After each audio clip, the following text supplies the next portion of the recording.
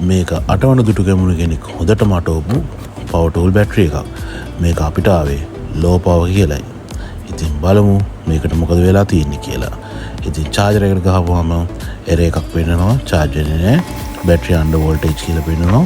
ඉතින් අපි මේක ඕපන් කරලා බලමු මොකද කරලා තියෙන්නේ කියලා. ඉතින් කවර් එක ඕපන් කළාට පස්සේ ඇතුලේ තත්ත්වය තියෙන්නේ මේ විදිහට. ඉතින් අපි බැටරි පැක් එක එළියට අරන් බලමු.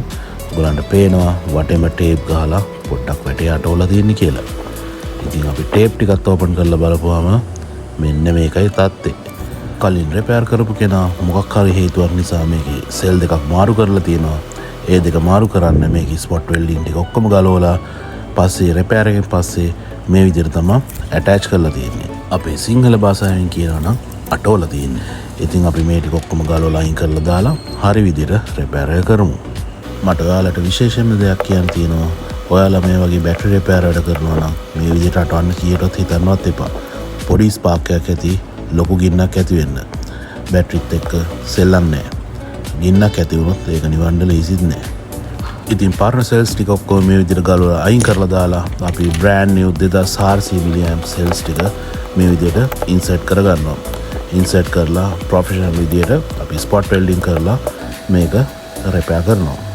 ඉතින් ඔයාලටත් මේ විදිහට ප්‍රොෆෙෂනලි නීට් එකට ස්ටෑන්ඩඩ් එකට රිපෙයාර් එකක් කරගන්න ඕන නම් අපිට කතා කරන්න.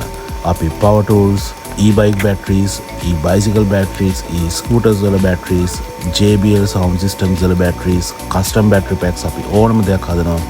ඉතින් ඔයගොල්ලන්ගේ ඕනම බැටරි අවශ්‍යතාවයකට අපි contact කරන්න පුළුවන්. power tools ගත්තාම අපි DeWalt, Bosch, Makita, Ryobi, Inco සහ අනිත් ඕනම power tool බැටරි එකක් රිපෙයාර් කරනවා.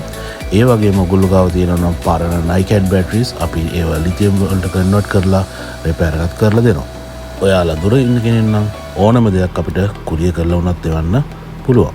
ඉතින් ඊට පස්සේ අපි රිපෙයාර් එක කරලා ආයෙ ඔයගොල්ලන්ට කුරියර් කරලාම එවන්නත් පුළුවන්.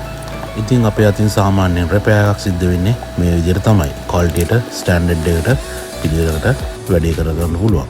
ඉතින් ඔයාලගේ බැටරිස් අටවන්නේ නැතුව හරියට රිපෙයාර් කරගන්න ඕන නම් අපිව contact කරන්න.